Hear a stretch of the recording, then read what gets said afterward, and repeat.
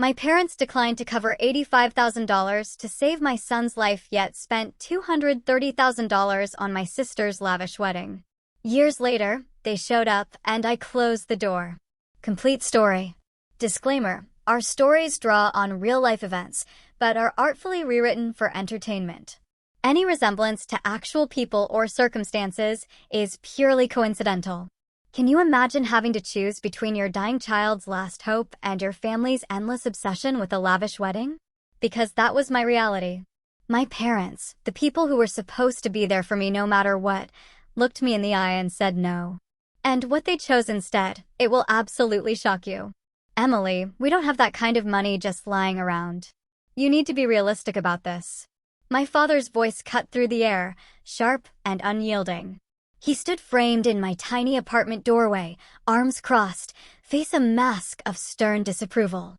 Behind him, my mother nodded along, her lips a thin, tight line of agreement.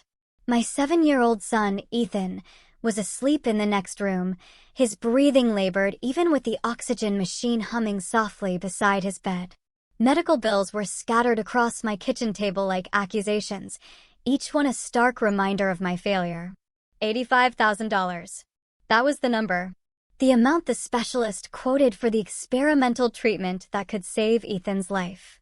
His rare heart condition wasn't responding to anything else, and every ticking second felt like time running out. My name is Emily, I'm 31, and I'm a middle school science teacher in Columbus, Ohio. I've been raising Ethan on my own since his father walked out when Ethan was diagnosed at 3. Couldn't handle having a sick kid, he said. That was 4 years ago, and I've been fighting this battle alone ever since. My parents lived just 20 minutes away, in their comfortable suburban house. The same house where my younger sister, Claire, still had her childhood bedroom preserved like some kind of shrine. Realistic. I repeated, my voice cracking, almost a whisper. My son might die. The doctor said he has maybe 6 months if we don't act now. My mother stepped forward then, her hand touching my father's arm. That familiar gesture, the one she used when she wanted to soften his message but never, ever contradict him. Honey, we understand this is difficult, but we've already helped you so much over the years. We paid for 3 of his surgeries. We can't just empty our retirement accounts. Empty them? I wasn't asking them to empty them. I'm not asking you to empty them, I shot back, my voice gaining strength. I'm asking for a loan. I'll pay you back every penny. I'll get a second job. I'll do whatever it takes. My father just shook his head slowly. Emily, you're barely keeping your head above water as it is. How would you pay us back? Be sensible. There are payment plans, medical financing options. You should look into those. Oh, I had looked into them. Believe me, I'd spent weeks researching every possible avenue. The payment plans would take too long. Ethan didn't have years to wait. And the medical financing companies? They wanted interest rates that would bury me for decades, and most wouldn't approve me anyway because I was already drowning in medical debt. I've tried everything, I said, my voice barely a thread, hoping for a moment that my mother's softening would reach him. But then he spoke again, his voice firm, final. We can't do it, Emily. I'm sorry, but we have to think about our own future, too. We're not getting any younger. They left shortly after. I stood at the window, watching their car pull away. The weight of their refusal settled over me like a suffocating blanket. They sealed his fate. I walked into Ethan's room, sat beside his bed, and just listened to the steady hiss of the oxygen machine. His small chest rose and fell unevenly. He looked so peaceful in sleep, completely unaware that his own grandparents had just, effectively, sentenced him to death. The next day, I made calls. I reached out to every family member I could think of, distant cousins, my mother's siblings, anyone who might help. Most offered sympathy and small amounts that wouldn't make a dent. My Aunt Teresa sent $500 with a note saying she wished it could be more. I appreciated every single penny, but I was trying to fill an ocean with a teaspoon. 2 weeks later, I came home from a particularly brutal day at school to find Ethan struggling to breathe. His lips had a blue tinge that sent panic shooting through me like an electric shock. I called the ambulance. They rushed him to the hospital. The doctor stabilized him, but then Dr. Morrison, the cardiologist, pulled me aside with a grim expression. "His condition is deteriorating faster than we anticipated," he said. "Without that treatment we discussed, I'd say he has 3 months at most. Maybe less." I nodded numbly, unable to speak past the lump in my throat. Asterisk 3 months? My baby had 3 months, unless I could find $85,000. Asterisk, I started a crowdfunding campaign that night, pouring my heart into the description, sharing photos of Ethan's bright smile from before he got so sick. Friends shared it, teachers from my school donated, even some of my students' parents contributed. But after 2 weeks, I'd only raised $12,000. It wasn't even close. Then came the phone call from Claire. My sister's voice was breathless with excitement. "Emily, I have the most amazing news. Jeffrey proposed. We're getting married." I tried to muster enthusiasm, despite the lead weight in my chest. "That's wonderful, Claire. Congratulations." "I know, right?" she gushed. "And Mom and Dad are being so incredibly generous. They're paying for the whole wedding. Can you believe it? They said we can have whatever we want. No budget limits. Jeffrey and I are thinking a destination wedding, maybe Italy or the south of France." "Oh, Emily, it's going to be absolutely perfect." My hand tightened around the phone. "No budget limits, none. Dad said this is his little girl's special day and nothing is too good. We're meeting with wedding planners next week. The wedding won't be for another year, but we want to start planning now to make sure we get exactly what we want." I stood there in my tiny apartment, medical bills stacked on every surface, my son fighting for every single breath in the next room, and listened to my sister gush about her unlimited wedding budget. Something cold and hard began to form in my chest. A seed of understanding that would take root and grow into an unshakable conviction in the months to come. The months that followed were a blur of hospital visits and mounting despair. I maxed out every credit card I owned, took out personal loans at predatory interest rates, and sold everything of value I possessed. My grandmother's ring, the one thing of my own mother's I'd been given, went to a pawn shop for $800. My car got downgraded to a 15-year-old sedan that barely ran. I moved from my one-bedroom apartment to a studio to save on rent. Through it all, every family dinner, every phone call, every interaction somehow circled back to the wedding. My parents were utterly consumed with it. Attending tastings at 5-star restaurants, touring venues in Tuscany via video call, discussing floral arrangements that cost more than my monthly salary. I tried to be happy for Claire. I really did.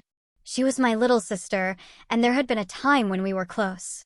But that closeness had faded over the years as it became painfully clear that our parents saw us very differently. Claire was the golden child, the one who did everything right.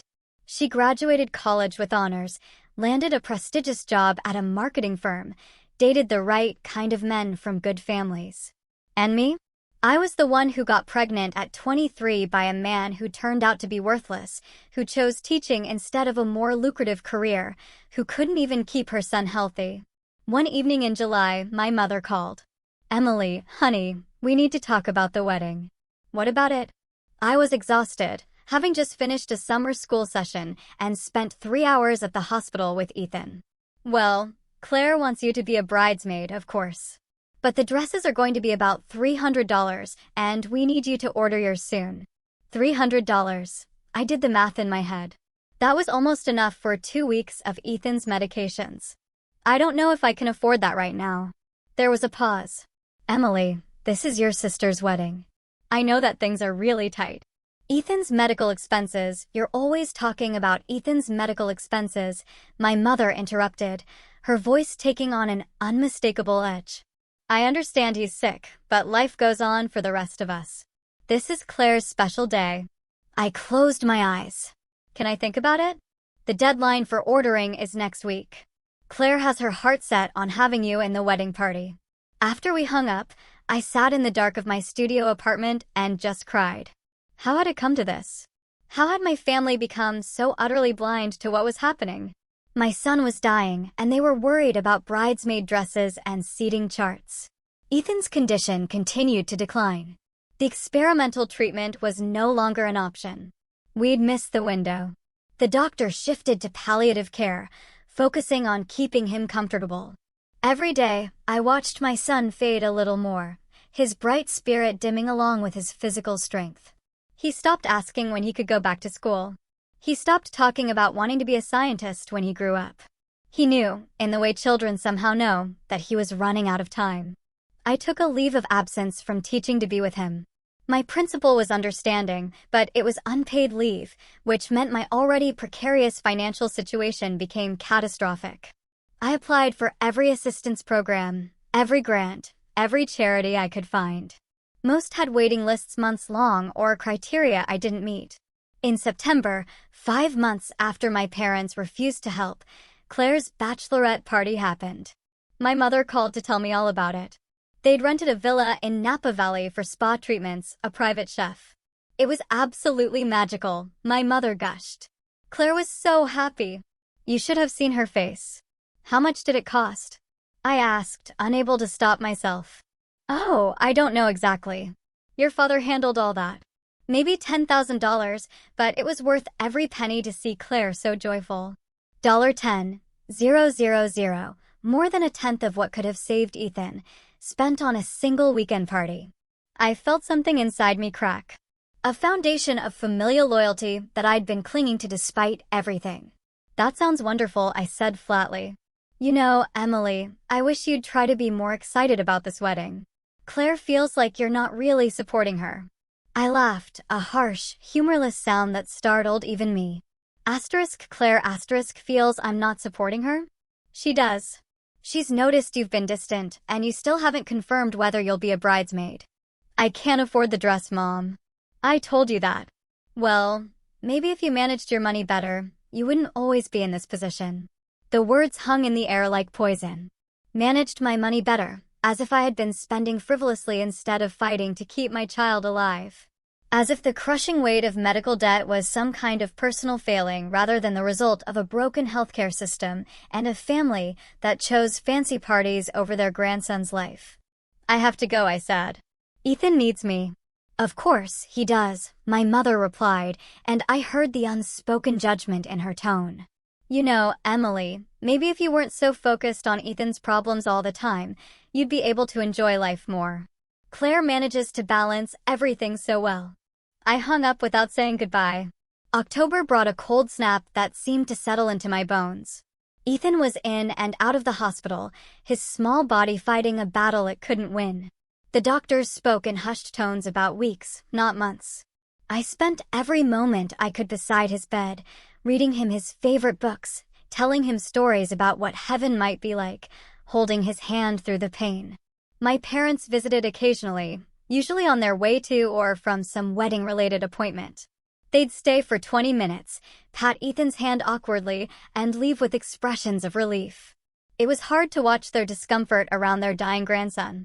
Hard to see how eager they were to escape back to the happier world of wedding preparations. Claire came once.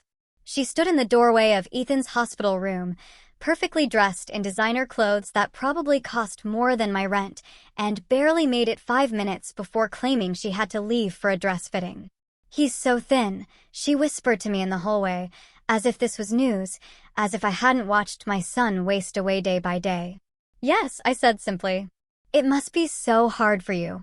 She touched my arm in a gesture that might have been meant as comfort, but it felt performative. But you're so strong, Emily.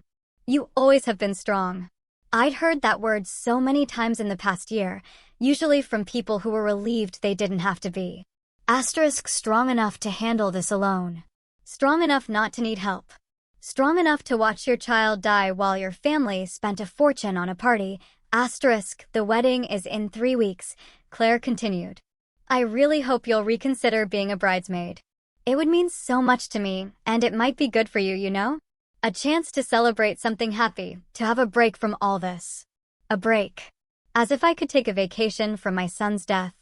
As if I could put on a smile and an overpriced dress and pretend everything was fine while Ethan fought for every breath. I'll think about it, I lied, because it was easier than explaining how her words made me feel. The wedding invitations had arrived at my apartment 2 months earlier. Heavy cardstock with gold embossing. The invitation suite alone probably cost $50 per guest. I did the math automatically now, converting everything into medical treatments we couldn't afford. The invitations could have been a month of physical therapy. The venue deposit could have been a year of medications. I learned later that the final cost of Claire's wedding was $230,000. $230,000. The number echoed in my head like a scream. They'd spent nearly 3 times what could have saved Ethan's life on a single day of celebration. The venue alone cost $80,000, roughly what I'd begged for. The flowers were $15,000. The food was $40,000. The dress was $12,000. I learned these numbers gradually, through overheard conversations and my mother's casual mentions. She had no idea what each figure did to me. How every dollar amount felt like a knife wound. Or maybe she did know and simply didn't care. 2 weeks before the wedding, Ethan had a particularly bad day. His heart was giving out, the monitors screaming their warnings, nurses rushing in. I stood beside his bed, gripping his small hand, and watched the medical team fight to stabilize him. They succeeded, but Dr. Morrison pulled me aside afterward. "Emily, he doesn't have much time left. Days. Maybe a week. I think you should consider calling family, anyone who might want to say goodbye." I called my parents. My father answered, sounding distracted. "Emily, we're right in the middle of the rehearsal dinner preparations. Can this wait?" "Ethan is dying," I said, my voice hollow, like a tomb. "The doctor says days at most." There was a pause. Then, "Oh, Emily, I'm so sorry. Do you need us to come?" "Do I need you to come? My son, their grandson, was dying, and he was asking if I needed them to come." "Yes," I said. "I think Ethan would want to see you." "Of course, we'll try to stop by tomorrow. We have the final venue walkthrough in the afternoon, but maybe in the morning." They came the next day, arriving at 10 a.m. with Starbucks cups in their hands. They stayed for 15 minutes. Ethan was barely conscious, his breathing labored even with the oxygen turned to maximum. My mother cried a little, dabbing at her eyes with a tissue that probably cost more than Ethan's breakfast. My father stood stiffly by the door, checking his watch twice. "We have to go," my father finally said. "The florist is expecting us at 11. "The florist," I repeated numbly. "For the centerpieces. It's important we get this right. There's no time for mistakes this close to the wedding." He seemed oblivious to the irony of his words, standing in a room where the ultimate mistake, choosing flowers over family, was about to claim its final victim. They left with promises to come back soon. Promises I knew they wouldn't keep. Claire never came to say goodbye to her nephew. She was too busy with last-minute wedding emergencies, like the fact that the string quartet she'd hired had a cellist who'd fallen ill and been replaced. This was apparently a crisis worth multiple frantic phone calls. Ethan died on Tuesday morning, 3 days before Claire's wedding. He slipped away quietly in his sleep, his small hand in mine. The nurse who pronounced him dead cried more than my parents would when I called to tell them. My mother's first words after I told her Ethan was gone, "Oh no. Oh, Emily, no." What terrible timing. Terrible timing, because the funeral would interfere with the wedding. The grief was overwhelming, a tidal wave that threatened to drown me, but beneath it, I felt something else growing. A cold, patient understanding. They'd made their choice. Now, I would make mine. The funeral was scheduled for Friday, 2 days before Claire's Sunday wedding. I didn't ask my parents to change the wedding date. I didn't ask Claire to postpone. I knew what the answer would be, and I didn't have the energy to hear them explain why their party was more important than my son's burial. What I didn't expect was for them to ask me to change the funeral. My mother called Wednesday evening. "Emily, honey, we need to talk about the funeral arrangements." I was sitting in Ethan's room, surrounded by his things. His favorite dinosaur poster. His collection of rocks he'd found at the park. The science kit I bought him last Christmas that he'd been too sick to use. Well, Friday is really difficult for us. We have the wedding rehearsal that afternoon and the rehearsal dinner in the evening. It's all scheduled, deposits paid. Could you possibly move the funeral to Thursday? Or maybe next week? I stared at the wall, unable to process what I was hearing. You want me to change my son's funeral because it conflicts with a wedding rehearsal? It's not just the rehearsal, Emily. It's the whole schedule. We have out-of-town guests arriving. Jeffrey's family flying in from Atlanta. Your father is giving a toast at the dinner. We can't miss it. Ethan is your grandson, and we'll be there to honor him. Of course we will, but Thursday would work so much better for everyone. The funeral home should be able to accommodate the change. Asterisk everyone. Asterisk. My voice came out flat, emotionless. I was beyond anger, beyond hurt. I'd entered some new territory where feeling anything seemed impossible. Everyone would be more convenient if we buried my 8-year-old son a day early so you don't miss cocktail hour. Don't be dramatic, Emily. You're making this sound worse than it is. We're trying to support this wedding. It's your sister's. I hung up. I didn't trust myself to say anything else. The funeral stayed scheduled for Friday. I arranged it myself, paid for it with money I borrowed from my principal, who'd been more supportive in the past year than my own parents. It was a small service, just 20 people. My Aunt Teresa came, some teachers from school, a few parents of Ethan's former classmates.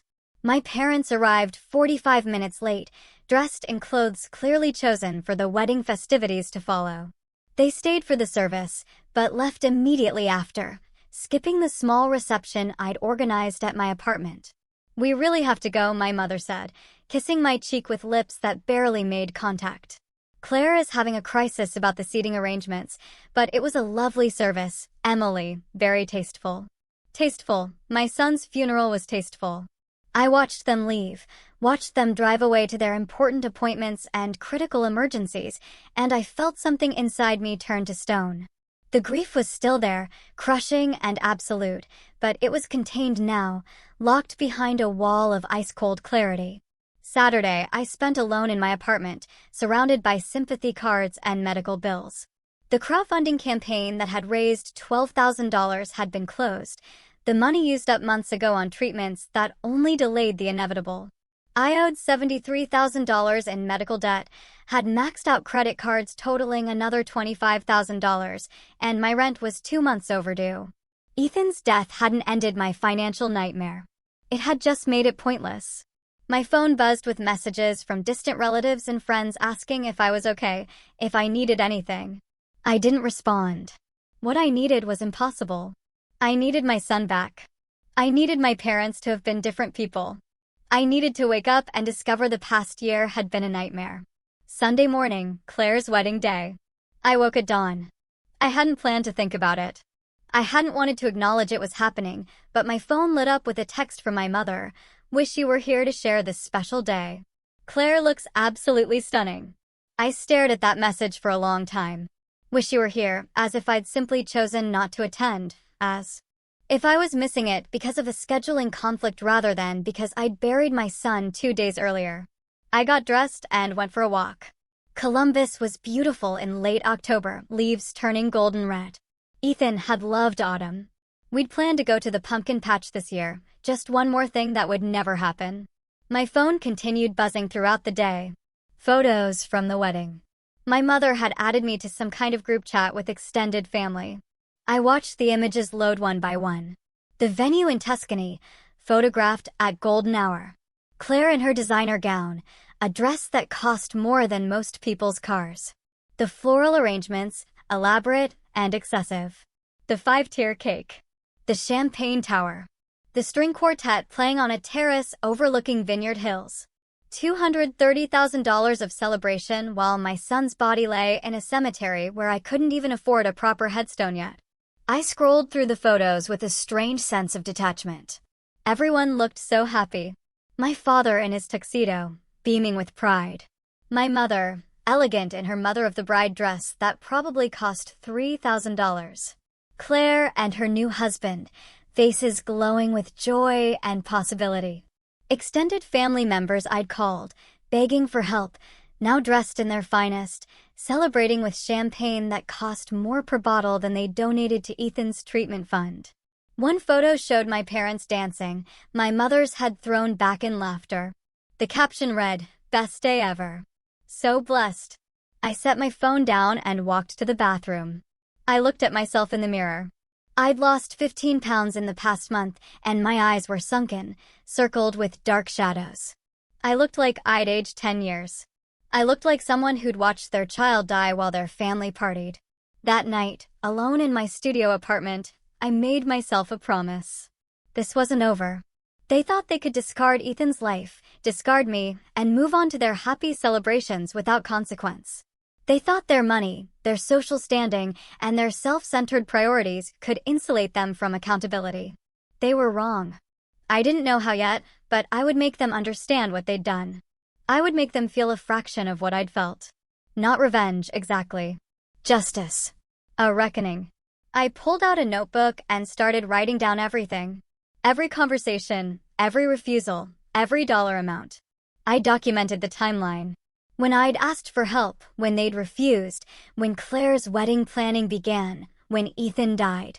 I wrote down who'd been at the funeral, who hadn't. I noted every expense my mother had mentioned for the wedding. I wasn't sure what I'd do with this information, but I knew I needed it. Evidence. Proof. A record of everything that had been taken from Ethan, from me. My phone buzzed again. Another text from my mother. Home from Italy. Exhausted, but so happy. Claire and Jeffrey's first dance was magical. I'll send you the video. I typed back, glad you had a good time. 3 dots appeared, disappeared, appeared again. Finally, we'll come by next week to check on you. I'm sure you're feeling better by now. Feeling better, as if grief worked on a schedule. As if 1 week after your child's death, you were expected to be recovered and ready to hear about how magical someone else's party was. I didn't respond. The weeks after the wedding passed in a gray haze. I returned to work, moving through my days like a ghost. My students were kind, softer with me than they'd ever been. The administration had granted me extended bereavement leave, but I declined. I needed the structure, needed something to fill the hours that used to be consumed by doctor appointments and medication schedules and hope. My parents called occasionally, brief check-ins that felt more like obligations than genuine concern. How are you holding up? They'd ask, and then fill the silence with updates about Claire's honeymoon, about remodeling projects they were planning, about holiday plans. They never mentioned Ethan. It was as if he'd never existed, as if acknowledging his absence might spoil their good mood. Claire sent a single text, I'm sorry about everything. I hope we can move past this. Move past this, move past watching my son die. Move past being abandoned by my family. Move past the fact that she'd had a $250,000 wedding while my child suffocated to death because we couldn't afford treatment. I didn't respond to that either. In December, 2 months after Ethan's death, my parents invited me to Christmas dinner. I almost declined, but curiosity got the better of me. I wanted to see them, to understand how they lived with what they'd done. Their house was decorated like something from a magazine spread, a 12-foot tree, professionally decorated, garlands and lights on every surface. The smell of expensive catering filled the air. Claire and Jeffrey were already there when I arrived, looking tanned and relaxed from their honeymoon in Bali. Emily, my mother, hugged me, her perfume overwhelming. I'm so glad you came. We've missed you. I stood stiffly in her embrace. Thank you for inviting me. Dinner was elaborate. Prime rib, lobster tails, sides I couldn't name. Wine that my father proudly announced cost $200 a bottle. Everyone talked and laughed, sharing stories from the wedding, from the honeymoon, from their comfortable lives. I sat quietly, pushing food around my plate. Emily, you're so quiet, Claire said, her voice carrying that concerned tone that didn't quite reach her eyes. Are you okay? I'm fine. You know, Jeffrey and I were thinking, maybe you should consider moving somewhere else. A fresh start might help you heal. Columbus has too many sad memories now. I looked at her, at this woman who was my sister in name only. Where would I go? I don't know. Somewhere cheaper, maybe? I know you're struggling financially. Jeffrey's company has an office in Kansas City. Cost of living is much lower there. We could help you find something. Asterisk, help me move away. Remove the uncomfortable reminder of their choices. Asterisk, I'll think about it. I said, another lie. My father cleared his throat. Emily, your mother and I have been discussing your situation. We think you need to consider bankruptcy. It's the responsible thing to do, given your debt. Bankruptcy for your medical bills. You'll never pay them off on a teacher's salary. Better to just wipe the slate clean and start over. Asterisk start over. As if Ethan was a mistake to be corrected, a financial error to be written off. Asterisk, we could help you find a good bankruptcy attorney, my mother added. Your father knows several. I set down my fork carefully. You know what would have helped? $85,000, 15 months ago. The table went silent. Claire looked at Jeffrey uncomfortably. My mother's smile froze in place. Emily, my father said, his voice carrying a warning. We've been over this. Have we? Because I don't remember us ever really discussing it. You said no. And that was it. We made a difficult decision based on our financial situation. Your financial situation? I gestured around the room. This doesn't look like financial difficulty. The $230,000. Wedding doesn't suggest financial difficulty. Claire's face flushed. That's not fair, Emily. I stood up, my chair scraping against their expensive hardwood floor. You spent almost 3 times what could have saved Ethan's life on a single day. A party, flowers and cake, and a dress you'll wear once.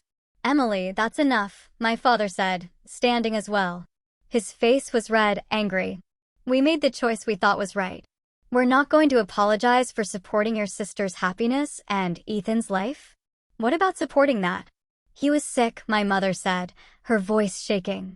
The doctor said there was no guarantee the treatment would work. We weren't going to throw away money on something that might not even help. But you'd throw away twice that much on party favors and centerpieces that went in the trash the next day? Get out, my father said. If you're going to be disrespectful, you can leave. I grabbed my coat. Don't worry, I'm going. You're just bitter because your life didn't turn out the way you wanted, Claire called after me. It's not our fault you made bad choices. I stopped at the door and turned back. They were all standing now, a unified front against me. My parents, my sister, her husband, all of them comfortable, secure, righteous in their positions. Bad choices. I repeated. Like trusting family? Like believing blood meant something? Like thinking you'd choose your grandson over a party. I walked out into the cold December night and got into my beat-up car. I sat there for a moment, watching through the window as they settled back down to their expensive dinner, probably already dismissing me as dramatic, unstable, ungrateful. That was the last time I spoke to any of them for 4 years. Life continued, because that's what it does. I declared bankruptcy, as my father had suggested, wiping out most of my medical debt but destroying my credit for years to come. I moved to a cheaper apartment in a worse neighborhood. I took on tutoring jobs in the evenings and summers to make ends meet. I existed, but I didn't live. I also planned. I couldn't touch them yet. I was too powerless, too broken, too consumed with grief and survival. But I was patient. I watched from a distance, following their lives through social media accounts they didn't realize I could still see. I documented everything, adding to my notebooks. I waited. Claire got pregnant a year after her wedding. My mother posted constant updates about the pregnancy, the baby shower, the nursery preparations. The baby, a girl named Sophia, arrived healthy and perfect.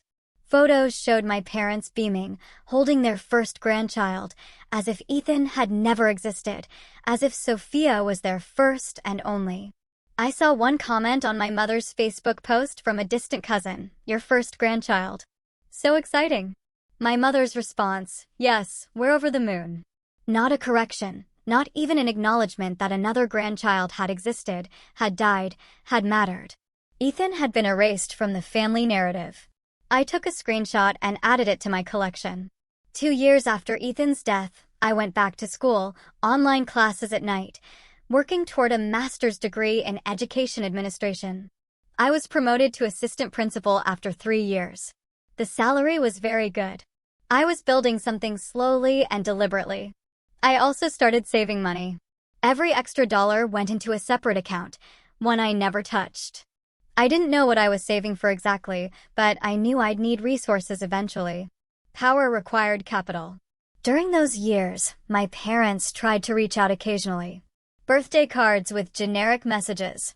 Christmas gifts sent through the mail, usually gift cards to stores I didn't shop at. My father called once to tell me they'd set up a small college fund for Sophia and wondered if I wanted to contribute. I hung up on him. Claire sent a birth announcement when she had her second child, a boy named Jackson. The card featured a professional photo of their perfect family, expensive clothes, genuine smiles. On the back, someone had written, "Hope you're doing well," as an afterthought. I kept every card, every announcement, every casual dismissal evidence. For years after Ethan's death, I was principal of a successful middle school, earning enough to live comfortably. Though I still kept my lifestyle modest, I'd rebuilt myself from nothing. Created a life that had purpose and meaning, even without the person who'd given it both. I'd also continued following my family's activities. Claire's husband, Jeffrey, had been promoted to vice president at his company. They'd bought a larger house in an exclusive neighborhood. My parents had taken up golf, joining an expensive country club. They traveled frequently, posting photos from beaches and European cities. Life was good for them. Better than good. Then, in early spring, something changed. I got an email from an address I didn't recognize. The subject line read, "Important Family Matter." I almost deleted it as spam, but something made me open it. "Emily, this is your Aunt Teresa. I'm reaching out because I thought you should know that your father lost his job 3 months ago. He's been trying to keep it quiet, but the situation is serious. His entire retirement account was invested in his company's stock, which collapsed when the company went bankrupt. Your parents have lost almost everything. They're facing foreclosure on their house. I know you and they aren't close, but I thought you'd want to know. Your father is too proud to ask for help, but they need it. Please call me if you can. Love, Teresa." I read the email 3 times. Then I went to my computer and started searching. It didn't take long to find the news articles. The company my father had worked for, a regional manufacturing firm, had been caught in a massive fraud scandal. The CEO was facing federal charges. The company had declared bankruptcy, and thousands of employees had lost their jobs and their retirement savings. My father's name appeared in several articles as one of the senior executives who'd lost everything. I sat back and stared at the screen. After all these years, after building their comfortable life on the grave of my son's memory, they'd lost it all. Karma, some might call it. Justice, others would say. I didn't have a name for what I felt. It wasn't satisfaction, exactly. It was more like recognition. The universe had shifted. And suddenly, I wasn't powerless anymore. My phone rang a week later. My mother's number. I stared at it, watching it ring, then go to voicemail. She called again the next day, and the day after that. I never answered. Then came a knock on my door one evening in May. I looked through the peephole and saw my father standing there. He looked older than I remembered, grayer, thinner, diminished. I opened the door, but left the chain engaged. "Emily." His voice cracked on my name. "Please, we need to talk." "Can I come in?" "No." He flinched. "I know things have been difficult between us. I know we've made mistakes, but we're family. We need help." "Help." I repeated, the word tasting strange in my mouth. "I lost my job. You probably heard. We're in serious financial trouble. The house is in foreclosure. Your mother's medical insurance ran out, and she has some health issues that need addressing. We're asking our daughters for help. Claire and Jeffrey are doing what they can, but they have their own family to support. We thought maybe you could contribute something, even a small amount. A loan, perhaps, that you could pay back when your situation improves." I stared at him through the gap in the door. "When my situation improves? I know you're doing better now. I saw online that you're a principal. That must pay well." "We wouldn't ask if we weren't desperate." "Desperate?" I said softly. "That's interesting. I remember being desperate once." His face colored. "Emily, please. This isn't the time to dredge up the past. Asterisk isn't asterisk it? How were your parents, and Ethan was your grandson?" The silence stretched between us like a chasm. "How much do you need?" I finally asked. Hope flared in his eyes.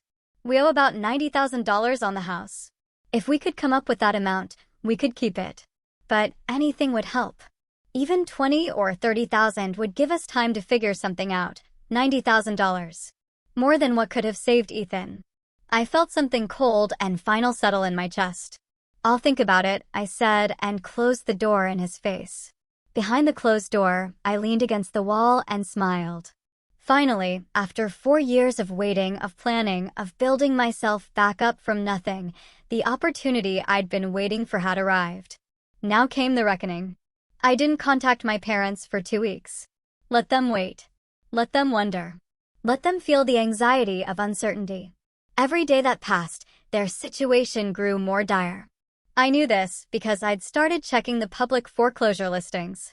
Their house, the house I'd grown up in, was scheduled for auction in 45 days. During those 2 weeks, my mother called 17 times. My father called 9. Claire sent 3 lengthy text messages explaining how her parents had always done their best, how they were good people who'd made some mistakes, how family was supposed to forgive and help each other. The irony was apparently lost on her. I responded to none of them.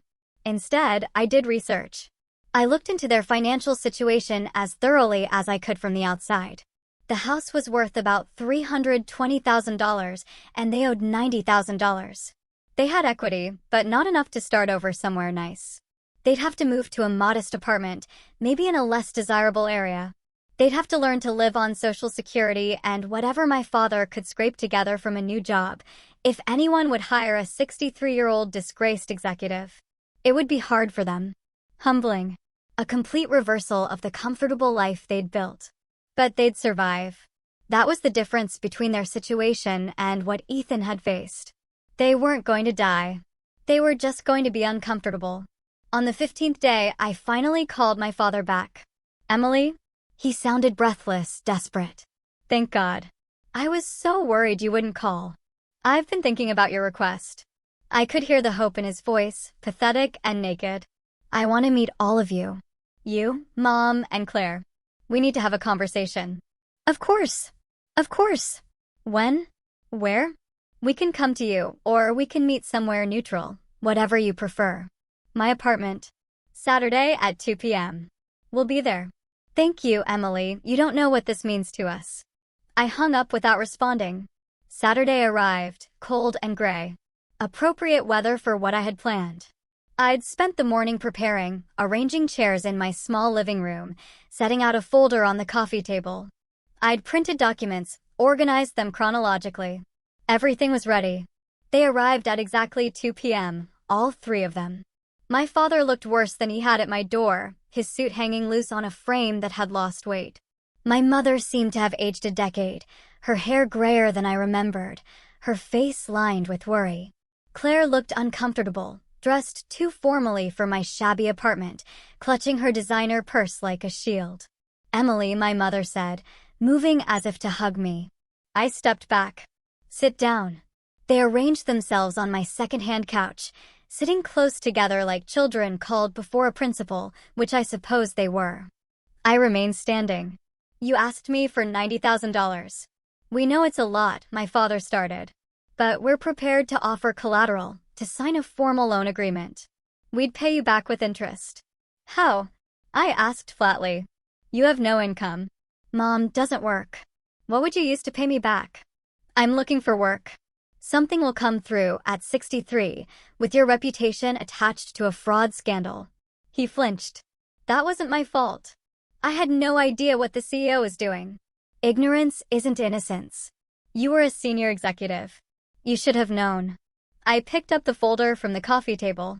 "But we're not here to discuss your career failures. We're here to discuss your request for money. Will you help us?" my mother asked, her voice small. "That depends.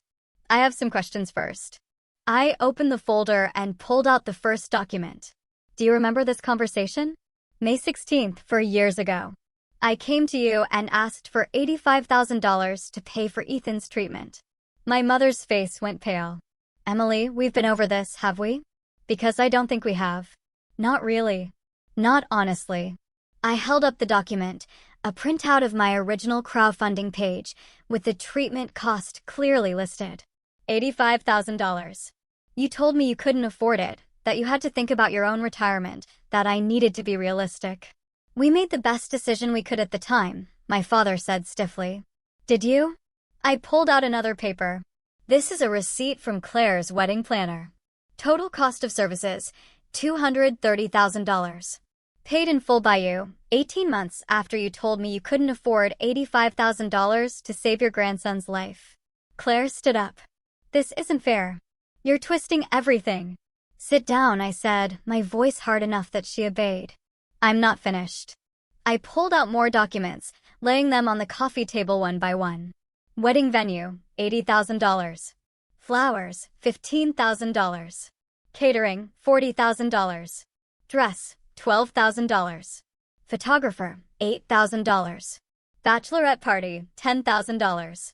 Should I continue? What do you want from us? My father demanded. An apology? Fine. We're sorry. We made a mistake.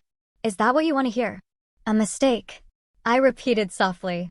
You think choosing a party over your grandson's life was a mistake? We didn't know he was going to die, my mother whispered. Yes, you did. The doctors told you. I told you. You knew. And you didn't care enough to help. I pulled out another document, the one that hurt most to look at. A photo of Ethan in his hospital bed, taken 2 weeks before he died. This is what $85,000 would have saved. This child. Your grandson. Remember him?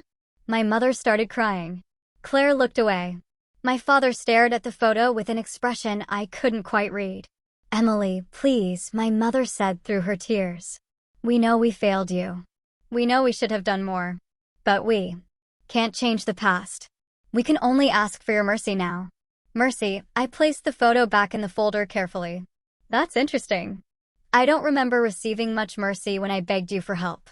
When I sold everything I owned, when I maxed out every credit card.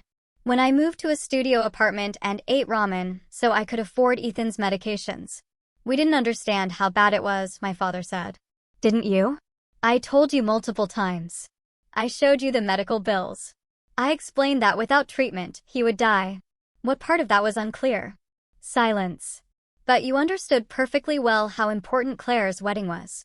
You understood that the centerpieces needed to be exactly right, that the venue had to be perfect, that your daughter deserved the best money could buy.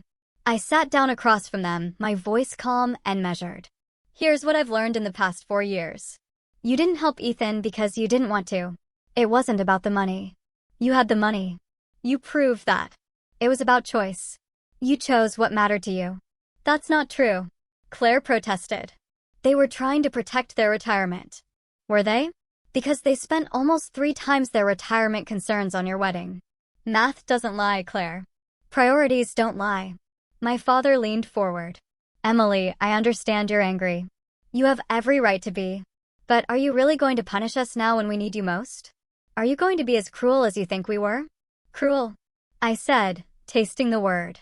Is it cruel to make choices based on what matters to you? Is it cruel to decide that your resources should go toward your own priorities rather than someone else's crisis? Because that's what you taught me. That's the lesson you gave me when Ethan was dying.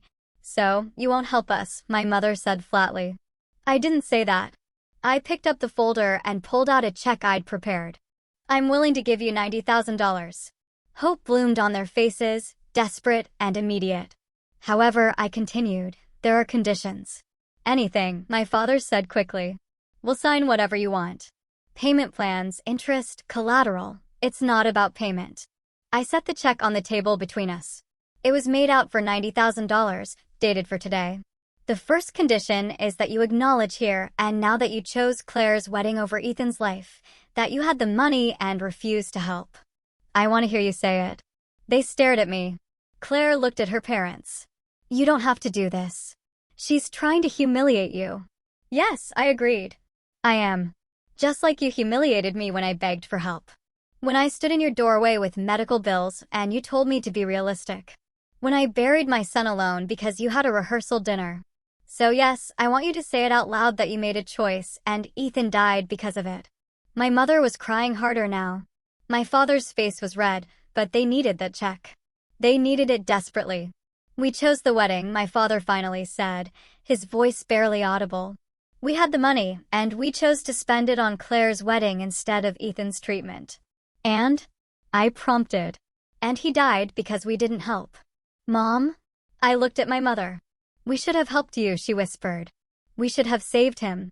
We were wrong. I turned to Claire. And you? What's your role in this? I didn't know, she said quickly. I didn't know they'd refuse to help Ethan. Didn't you? You never wondered where the money for your elaborate wedding came from? You never thought it was odd that I asked you to move your bachelorette party because Ethan was in the hospital and you refused? You never questioned having your wedding 3 days after your nephew's funeral. She had no answer. Here's the second condition, I continued. You take this money, you save your house, and you never contact me again. No birthday cards, no Christmas gifts, no phone calls. You remove me from your lives completely, the way you removed Ethan from your memories. You go back to pretending I don't exist. Emily, you can't mean that. My mother said, we're family. No, I corrected her. We shared DNA. Family is something else. Family shows up. Family sacrifices. Family doesn't let children die while they plan parties. I stood up and walked to my door, opening it. Those are my conditions. Take the check or leave it. You have 60 seconds to decide. They looked at each other. A silent conversation happening in glances and expressions. I watched them calculate. Watched them weigh their pride against their desperation. It took them 43 seconds. My father picked up the check. We accept your conditions, he said, his voice hollow. Good. There's a document on the table next to the check. It's a formal agreement that you'll have no further contact with me. Sign it. They signed without reading it, which told me everything I needed to know about how desperate they really were. My father's signature was shaky. My mother could barely hold the pen through her tears. Claire signed with angry, sharp strokes, her face red with suppressed rage. When they finished, I collected the document and handed them the check. You can go now. Emily, my father started, but I cut him off. You agreed to the conditions. No contact means no contact. Leave. They filed out silently. My mother crying. My father's shoulders slumped. Claire walking stiffly beside them. I closed the door behind them and locked it. Then I walked to my bedroom and opened my laptop. I pulled up my bank account and looked at the balance. The $90,000 I'd just given them had been transferred from my savings this morning. That account now showed $12,000 remaining. Years of careful saving, of living modestly, of putting aside every extra penny, reduced to almost nothing. But I wasn't done. I opened my email and composed a message to my Aunt Teresa, the only family member who'd shown any real concern for me over the years. I attached a document, a letter I'd written months ago, waiting for the right time to send it. Aunt Teresa, I wanted you to know what really happened with Ethan. I've attached a complete timeline of events, including all the requests I made for help and the responses I received. I've also included documentation of the expenses my parents incurred during that same period, particularly regarding Claire's wedding. I thought the family should know the truth. Please share this with anyone you think should see it. Love, Emily. I hit send. The document I'd attached was comprehensive. Every conversation, every refusal, every wedding expense, every hospital bill. The photo of Ethan in his hospital bed. Screenshots of my mother's Facebook posts calling Sophia her first grandchild. The timeline showing how my parents attended Claire's rehearsal dinner instead of Ethan's funeral reception. Everything laid out in chronological, undeniable detail. My Aunt Teresa had a large extended family network. She was the type who forwarded emails to dozens of people who shared everything on social media. By tomorrow, everyone would know. My parents' friends, their country club, their church, their neighbors. The truth would spread like wildfire. The check I'd given them would clear. They'd keep their house, but they'd lose something more valuable, their reputation, their comfortable social standing, the image they'd carefully crafted of being generous, loving parents and grandparents. Everyone would know what they'd really chosen, what they'd really valued. A knock came at my door an hour later. I looked through the peephole and saw Claire standing there alone, her face furious. I opened the door, but didn't invite her in. You signed an agreement not to contact me. That email you sent. You can't do that. You're ruining their lives. I'm telling the truth. There's a difference. You're vindictive and cruel. You're destroying them out of spite. No, I said calmly. I'm giving them exactly what they gave me. Consequences. Actions have consequences, Claire. They made choices, and now they get to live with them. Just like I've had to live with watching my son die. They gave you $90,000. They gave me back a fraction of what they stole from Ethan, from me, and they only did it because they had no other choice. If they weren't desperate, would they have helped? We both know the answer. You're never going to let this go, are you? You're going to hate us forever. I don't hate you, I said, and realized it was true. Hate requires caring. I don't care about any of you anymore. You stopped being my family the day you chose a party over my son's life. Now you're just strangers who happen to share my last name. Mom is devastated. Dad looks broken. Was that worth it? Ask Ethan if it was worth it. Oh, wait. You can't, because he's dead. Claire's face crumpled. You really are as heartless as they said. Asterisk heartless. Asterisk my heart broke 4 years ago, and you weren't there to see it. You were too busy planning your perfect wedding and your perfect life. So don't talk to me about heartless, Claire. You don't get to use that word. She turned and walked away, and I closed the door for the last time on my biological family. Over the next few months, I heard through indirect channels what happened to them. My parents were indeed socially ostracized. Friends stopped calling. The country club membership was quietly not renewed. Church attendance became awkward enough that they stopped going. They kept their house, but it became a prison of sorts, a place where they lived with their choices. My father eventually found work as a consultant, making a fraction of his former salary. My mother developed anxiety issues and started therapy. Claire and Jeffrey moved to another state, putting distance between themselves and the scandal. Their Christmas cards, which had once been elaborate productions, stopped coming altogether. I heard my mother told people I was dead, that it was easier than explaining why her daughter wanted nothing to do with her. I supposed, in a way, I was dead to them. The daughter who'd been grateful for scraps, who'd accepted being second best, who'd swallowed her pain to keep the peace. That person didn't exist anymore. As for me, I continued building my life. I dated eventually, though carefully. I made real friends, the kind who showed up when things were hard. I traveled to places Ethan would have loved and scattered his ashes in beautiful locations around the world. I lived for both of us. The $90,000 I'd given my parents was worth it. Not because they deserved help, but because it gave me closure. I'd proven I was the better person, the one who showed mercy, even when none had been shown to me. And then I'd walked away, leaving them to live with the weight of their choices. Some might say I was cruel. That real forgiveness means letting go completely, helping without conditions. But those people never watched their child die alone while their family celebrated elsewhere. They never had to choose between electricity and medicine. They never had to bury their baby with borrowed money while knowing $250,000 had been spent on cake and flowers. I gave my parents what they'd asked for. On my terms. I'd lived up to my obligation as their daughter one final time. And then I'd closed that door forever. Just as they'd closed the door on Ethan when he needed them most. In the end, it wasn't about revenge. It was about justice, about balance, about ensuring that consequences met actions.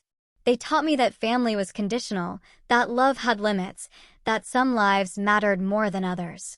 I simply returned their lessons, wrapped in a check they couldn't refuse and a truth they couldn't escape. And I moved forward, into a future they'd never be part of, carrying Ethan's memory with me, finally at peace. What would you have done in my shoes? Could you have shown unconditional forgiveness, or do you think consequences were necessary? Tell me what you think in the comments below. I really want to know.